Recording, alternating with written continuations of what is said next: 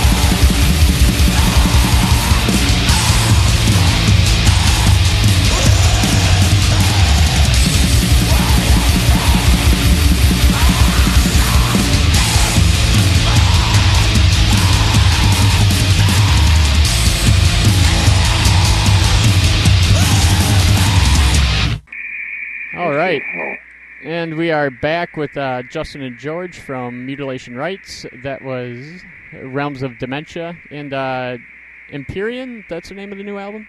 Yes. And so you said that's coming out middle of May May 22nd. on Prosthetic? On Prosthetic. Is that going to be coming out on CD or vinyl? That's coming out on CD on Prosthetic, and Gilead Media is going to do the vinyl. Not exactly sure the date of that yet, but we'll let you know when we do. Okay. So I noticed you guys tour an awful lot. Is that something you enjoy, or something you just do to get the music out there? it's Part of why we play. yeah, it's just an excuse to go on vacation, basically.